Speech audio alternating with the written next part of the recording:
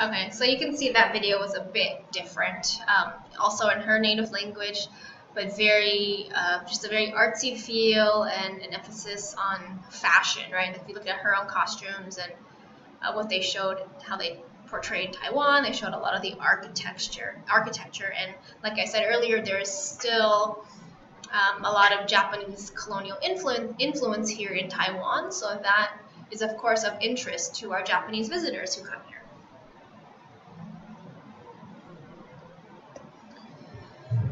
Okay, so we're still in the 2018 theme of Bay tourism, right? So the offshore islands.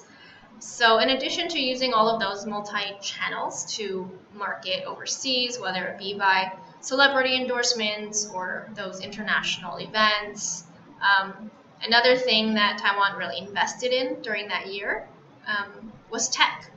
And I think something I want to make note of is that a lot of these strategies that worked in 2018 carried over, of course, into 2019 and will continue to be a part of the Tourism Bureau strategy. So let's look at how they implemented tech-based services.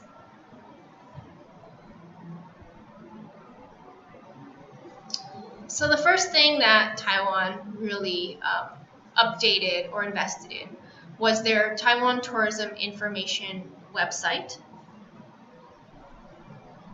Now this was available in 11 different languages. It was also optimized for mobile. And you can see just from the screenshot, there's information about destinations, free tours, transportation services, anything that a tourist might need to get around the island. And similar to that, Tourism Bureau also implemented a app. It was called the iTravel mobile app. Here it's screenshot. It was in Mandarin, but again, it's also in multiple different languages. And the interesting thing about this app is that it served as almost like a Google Maps, if you will, specifically for Taiwan.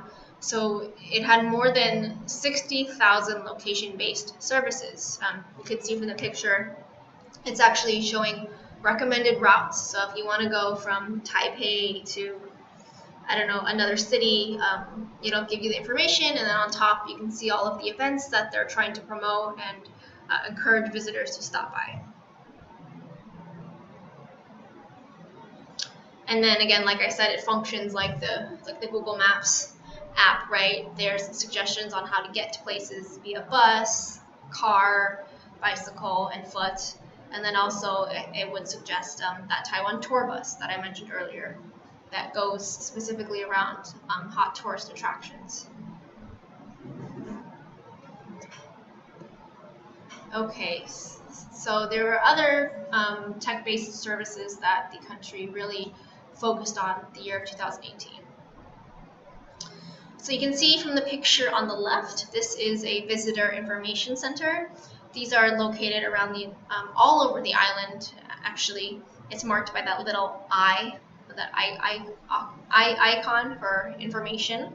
And so what the government did, Tourism Bureau did this year in 2018, was they streamlined all of these information centers.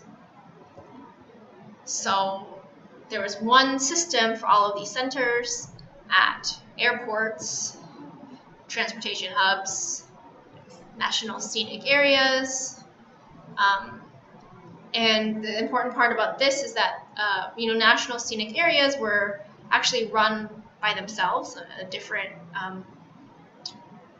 organizations separate from the Tourism Bureau. So the fact that they got all of these on the same page and streamlined this was very, very helpful to tourists, because there was one system and every single center had the same information and could communicate with each other.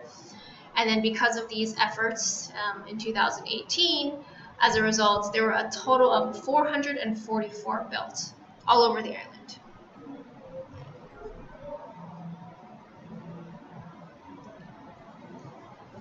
So other tech-based services that the Tourism Bureau focused on, these are pretty cool. I wish I could show you, but of course, with a PowerPoint in your computer, we don't have the appropriate technology to show it. But in 2018, the Tourism Bureau went around the island and captured virtual reality images of especially scenic landscapes. And these images and the VR technology was used for promotion not only on the island but also internationally to show foreigners. And related to the VR, we also rolled out AR. So there was an augmented reality video of Taiwan's geological landscapes made. And in this video, there were prominent local and foreign geologists who came together and they basically created this 3D AR video. And it goes around Taiwan and it shows 25 different locations. So AR and VR, something really cool that the Tourism Bureau implemented that year. And finally, I think this is the last of our tech-based services. Taiwan hosted the Tourism Innovation and Tech Awards. So this invited people from around the world to come to Taiwan for a tech-based event. It was international, and everyone who was invited to attend, they were tasked with inventing basically tourism apps. So that was a tech-based initiative that encouraged international travel to our island. So as a result of all of these efforts of 2018, the tech-based services, the multi-channel approach, we saw a record number of inbound visitors to Taiwan. It was a record high of over 11 million visitors.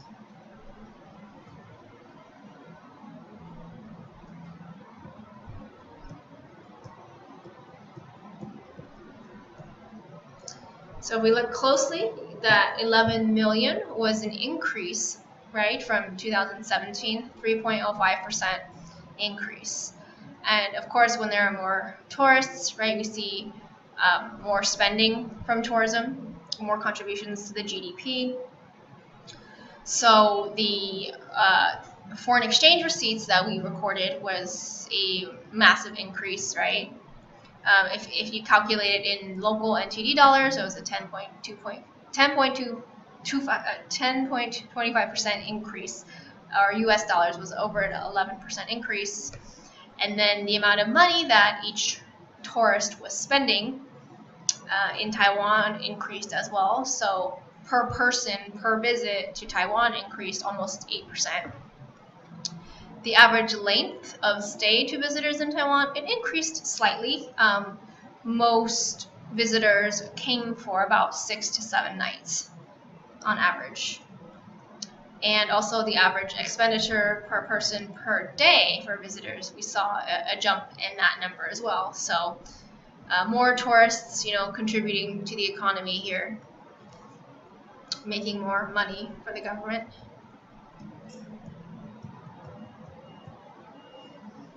And so this is I guess related to related to all of the efforts in general, but you saw that we did a celebrity endorsement with a Japanese celebrity. So actually, we saw more tourists from Japan come from that year. If you look at the right, usually this is already a big market for us, but to have even more tourists was a good sign. Increase in 3.7%. The USA, we actually saw an increase of tourists as well. That was up by over 3%. And then what the green numbers are showing is the percentage of tourists that these markets make up.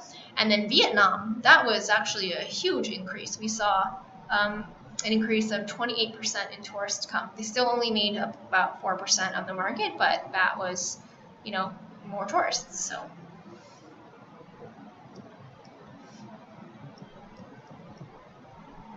Okay, and then what the government did in that year is they wanted to know what worked well and what was really attracting the visitors to Taiwan. So from market research and polls, they found that the #1 thing drawing tourists to Taiwan was the food. All right, I keep saying that Taiwan is a foodie paradise. I guess it's what Taiwan is known for around the world, because that was what attracted the visitors the most from this 2018 year of where we saw the record number of visitors. The second thing was scenic landscapes. I don't know if you remember my slide about Taroko Gorge, where it's one of the largest natural marble cliffs in the world, where people go river tracing and hiking and camping. And of course, we have all of those 3,000-meter peaks, mountain peaks in Taiwan. So people came to see all of the natural beauty in Taiwan as the #2 attracting element. The third thing that brought people to Taiwan was the shopping. In those celebrity videos, both of them were highlighting shopping just because of all the unique things that you find here in Taiwan. Night markets have very colorful vendors at night as well, and it's also a big draw because shopping here is cheap, I would say, when you compare it to other countries. Oh, and there we go. So night markets was a thing of its own as the 4th most attracting foreigners to Taiwan. Those are a trademark of Taiwan. As soon as the sun goes down, like I said, all these vendors pop up on the sides of the street. Mainly food vendors, but also shopping, just vendors who sell purses and clothing. The 5th thing that attracted visitors in the year of 2018 were historic sites. Okay, so, but looking at, so the last slide was talking about what influenced people to come to Taiwan, right? When they made the initial decision to visit Taiwan. This slide looks at what the actual major tourist attractions were, where we saw most of the tourists physically go to. So first, night markets. Okay, you can see that this picture here on the slide, that's what happens when the sun goes down. We just get vendors that line the streets selling a ton of food, a very colorful scene, very crowded sometimes, but people like to go and just look at all of these, unique cuisines, and even shop on the streets for clothing and bags and whatever, actually really whatever you want to find, you'll probably find it at a night market. So that's not a surprise that it was a major tourist attraction where everybody went. The second major attraction was Taipei 101, right? Featured here. Like I said, when it was built, it was the tallest building in the world. Now it's still one of the top 10 tallest buildings in the world. It's an architectural dream for people who are interested in that. The shape is actually meant to resemble bamboo. It's very symbolic in many ways to Taiwanese culture, and people now can actually go up to the 101st floor. That people can go outside now. In 2018, people, I think, were limited to the 89th floor, where of course you could see the entire city landscape, but now this remains a major tourist attraction. And the third thing where we saw 2018, which was a major tourist attraction, so we had night markets with Taipei 101 as a second. The third thing was this area called Ximending, and as you can see from the photos, it is this young, hip shopping area. Very, very unique items, I would say. All kinds of like quirky gadgets and all these LED lights, which kind of which I guess people would maybe say reminds them of Tokyo at night. So that was the third most popular tourist attraction. Okay, so the Tourism Bureau also wanted to dive deep into what did people like the most. There were things that drew them here, right? The most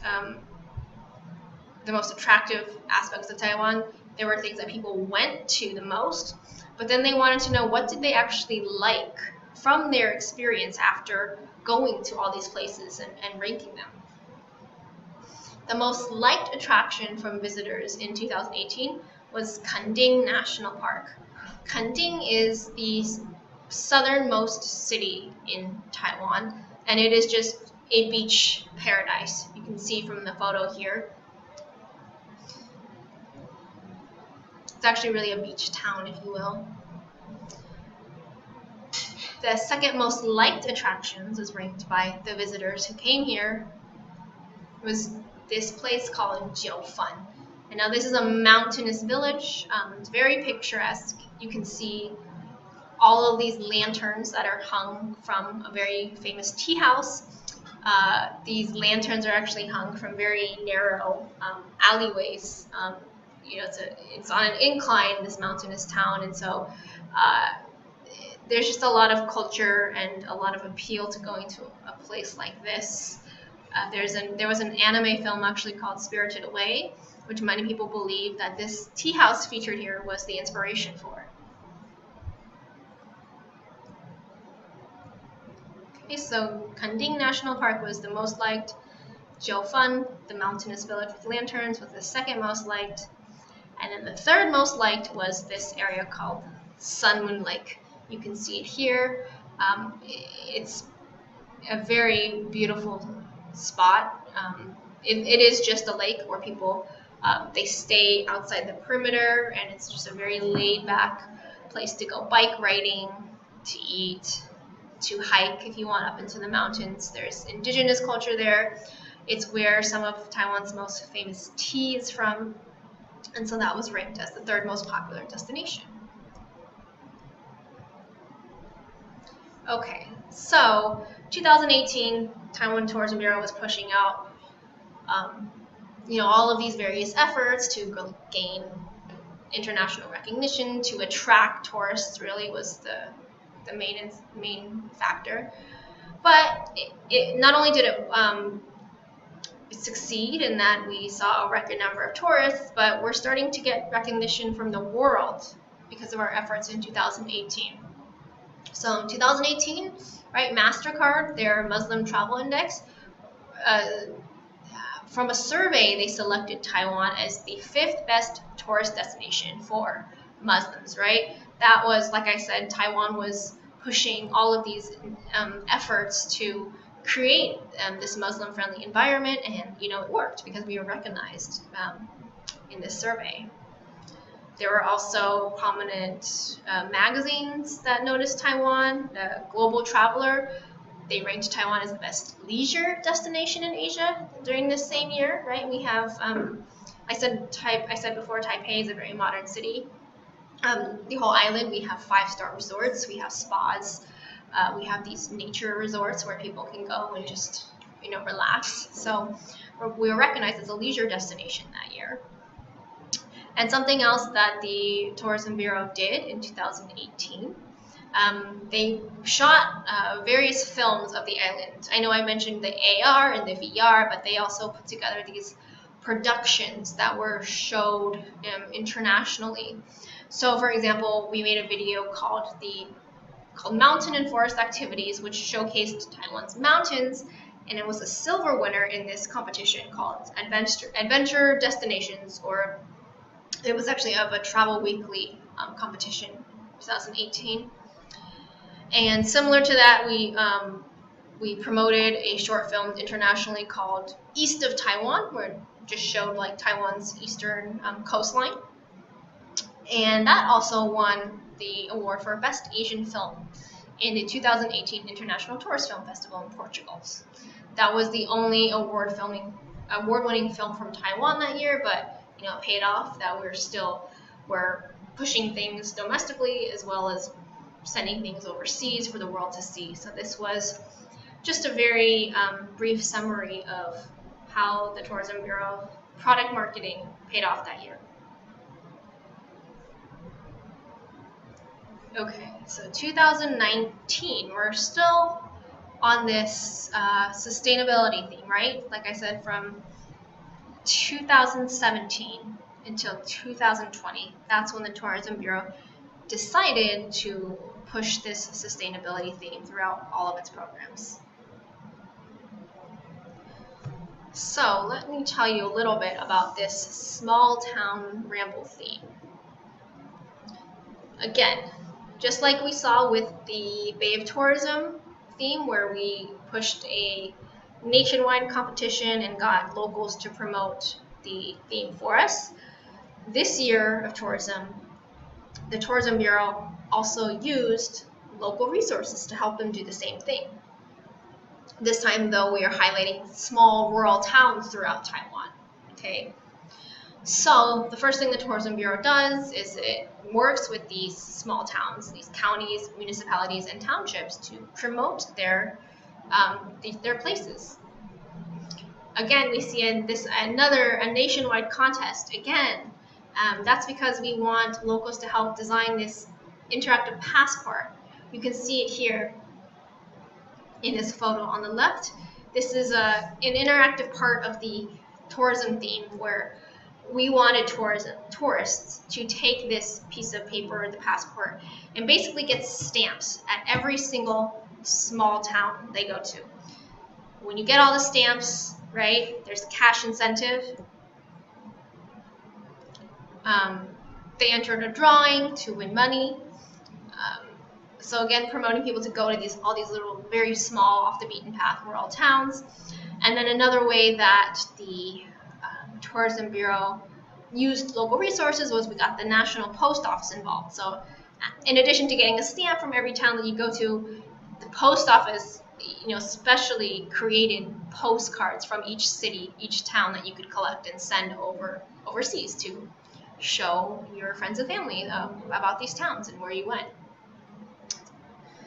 Okay. All right. So this small town ramble theme, I do want to show you the promotional video, just so you can get an idea of how the Tourism Bureau promoted each small town. Every small town had its own characteristics, whether they were known for the strawberries that they grew or the fish that they sold. And the other reason why I want to show you this video is because I want to introduce you to the Tourism Bureau's mascot. So that was another strategy that the Tourism Bureau used this year. You can see the mascot is a black Formosan bear. That bear, even though it's pretty rare now in Taiwan, is native to the island. So it's another reason why we chose the mascot, and I'm going to play this video for you now.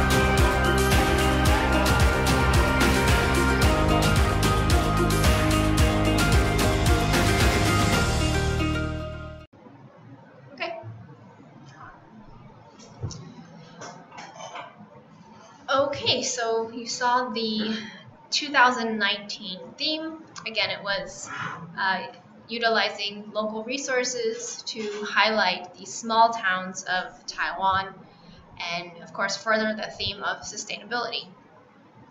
So we're moving on to 2020, which is this year. There will be a couple of interesting things to talk about, given that domestic tourism actually never stopped this year.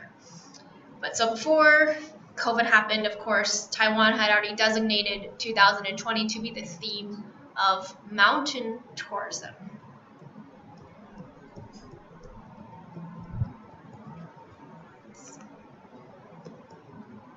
So I think I spoke about this briefly before, but mountains cover approximately 2/3 of the surface of the island, which is why we have so many of those popular peaks.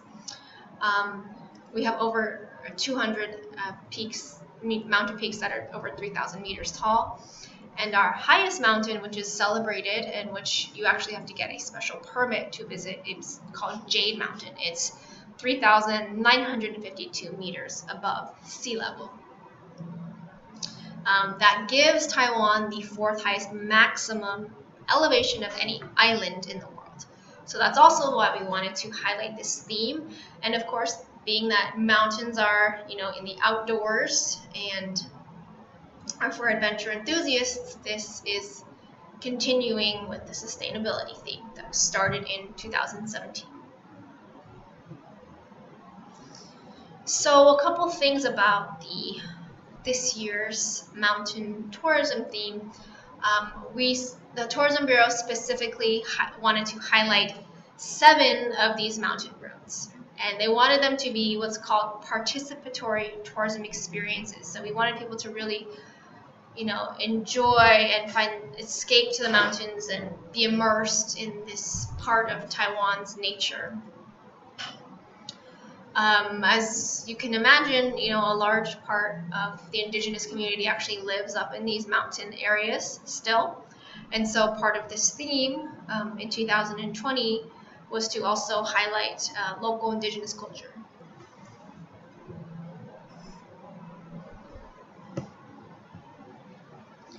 So one mountain range that the Tourism Bureau wanted to highlight in 2020 was the Alishan mountain range. And so this is a video to give you an idea of what's so unique about this mountain range and how the Tourism Bureau promotes it. This mountain range is known for its tea, its indigenous culture, and so this is the promo video that I want to show you.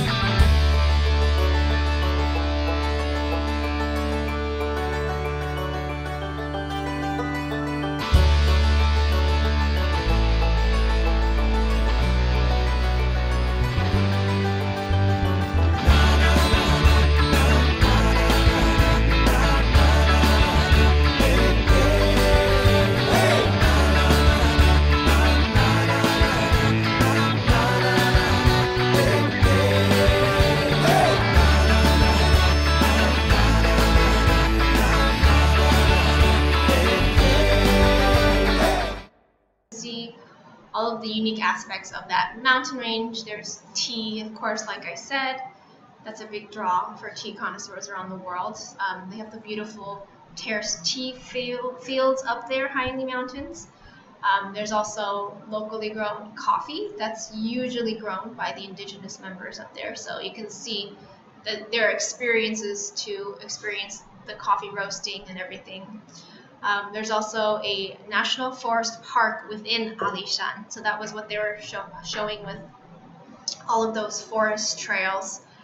They actually have a train every morning that starts from either 2:15 a.m. or 4 o'clock in the morning, depending on summer or winter. And that's visitors take that famous train to go see what's called the Sea of Clouds in Alishan. So basically, either during the sunrise or the sunset, it's a fantastic view over the entire Alishan mountain range of these clouds just coming in and coming out, and you get to see the sunrise. So, in terms of the strategy for this mountain tourism theme, this is similar to what we saw in 2018. This is actually a shift to influencers, and this has been a strategy that we see in tourism in every country around the world. So not using celebrities anymore, right? As we saw in 2018, where I showed the video of the Japanese celebrity and the Malaysian celebrity, right? Studies have found that people are actually more likely to trust influencers than they are celebrities. And that's just because there's more street credibility, right? Like they know that the celebrity is going to do it and get paid for whatever promo they do. But when it comes to influencers, or specifically KOLs, people who are famous because of the internet, right? So YouTubers, Instagrammers, who are just regular people who get famous because of their following of everyday people, people are more likely to trust these people's opinions and go to the places that they recommend, especially for these travel influencers. So that's something that the Tourism Bureau recognized in 2020, this digital age. And so what they did to promote this mountain tourism, and specifically this Alishan mountain range that you just saw, is they collaborated with a Japanese influencer who is based in Taiwan. He got famous for all of his photography of Taiwan, and he usually still he speaks Mandarin, but he communicates to his audience in Japanese as well. So this is kind of a two birds with one stone situation where they're appealing to both the local Taiwanese market and the Japanese international market. Of course, this was before we knew COVID would happen, but let's take a look at this video to see how we worked with an influencer. And the video you'll see is in actually 3 different languages. So I think it's spoken, Japanese, and then written English and Mandarin. So the Tourism Bureau is really trying to get 3 different markets here with someone who's trusted on the internet. So I'm going to play this video now.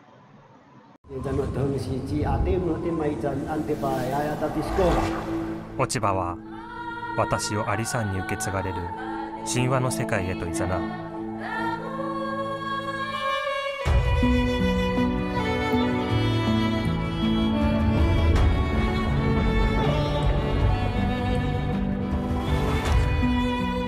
相続の人は言う。神様が大きな木を揺るがした。もみじの葉と実が人となり、相続の祖先となった。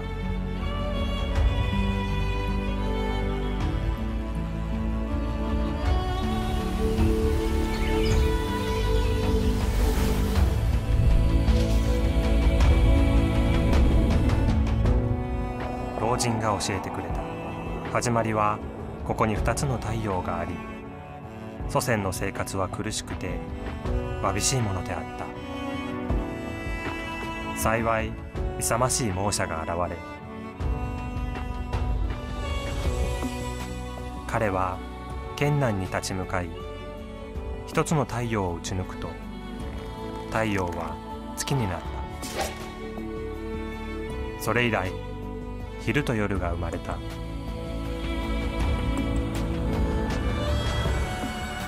相続の人々は日が出ると働き、日が落ちると休むことができた。生活はとても幸せな暮らしへとなった。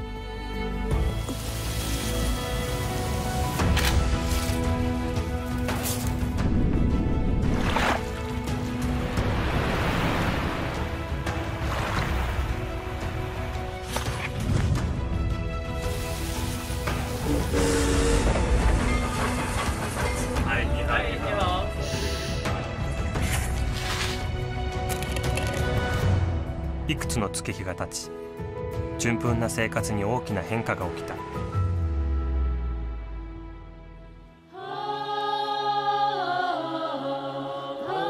洪水が大地を水浸したのだ。相続の人々は玉山の頂上に逃げ込んだが、火は消えてしまった。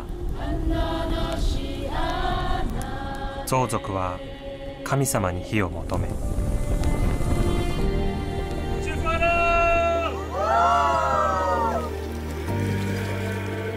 神様も火求めの式典を与えた。洪水がどのように去ったかに関してはまた一つ神話が教えてくれるのである。